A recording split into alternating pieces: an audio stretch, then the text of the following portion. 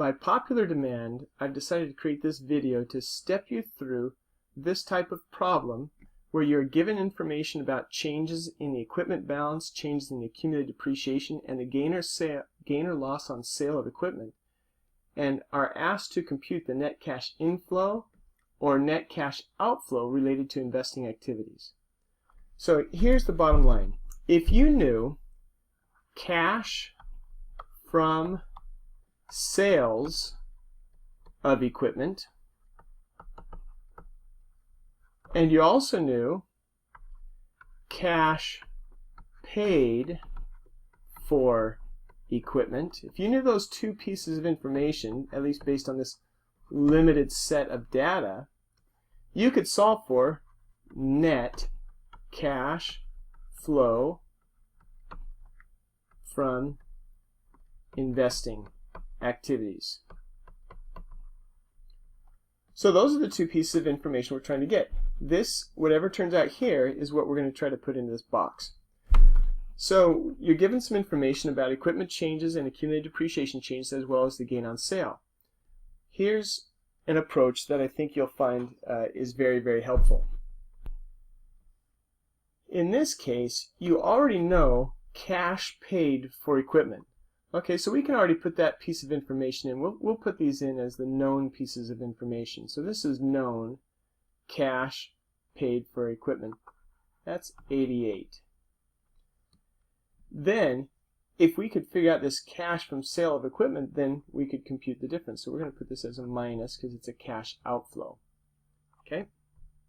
So let's do some math up here. For example, if we knew the sales price of the equipment, and then we were to take away, so less, the net book value of the equipment sold, we would get a gain or loss on equipment.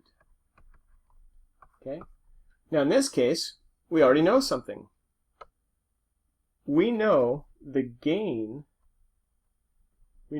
on this is $2.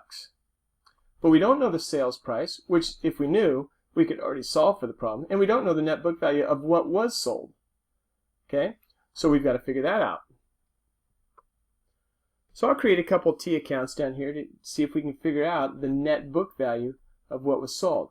I'll put up the T account for equipment.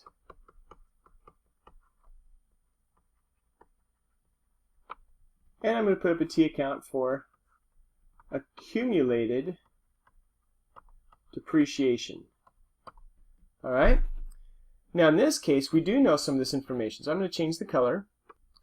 We know the beginning equipment, and that is 87.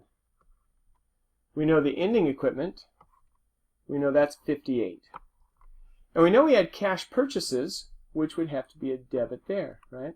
Debit equipment, credit cash. We also know accumulated depreciation beginning, and we know that that has to be a credit balance because it's the plus side, this is the minus side, this is the plus side, that's the minus side. And we know the ending accumulated depreciation to be 57. So I'm going to mark these off. I've taken care of that, put that stuff in. Depreciation expense. Depreciation expense increases accumulated depreciation because we debit depreciation expense and we credit accumulated depreciation. And then we've already put in the gain on sale. So we've got all this information that we know, and then if we just solve for what we don't know, this case is a slam dunk. So let's do that. In this case, we have 87 of equipment that we started with. Then we added 88. Okay? That means we're up to $175 of equipment that we had available during the year, but at the end we only have 58. So that must mean, if we take away that 58, that must mean we sold some equipment. And I'll put this in red. We sold equipment 117. So you can check that math. Take 88 plus the purchases of 80. Sorry. Take the 87 plus the 88 that you purchased, take away the 117 that must have been sold, and you get 58, and we're good. All right. So net book value is the cost 117 minus the accumulated depreciation on what was sold. So we'll do the same math over here. We started with 72 in accumulated depreciation. We added 38 due to the depreciation expense. That puts us up to 110. But we only have 57 at the end. So if we take away the 57, that must mean that the accumulated depreciation on what was sold was only 53.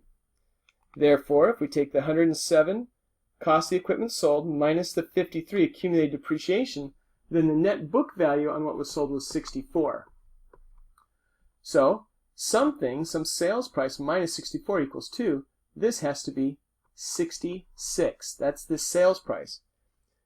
And we can assume that that is a cash sales price because it doesn't talk about any non-cash items being received to pay us for the 66 bucks.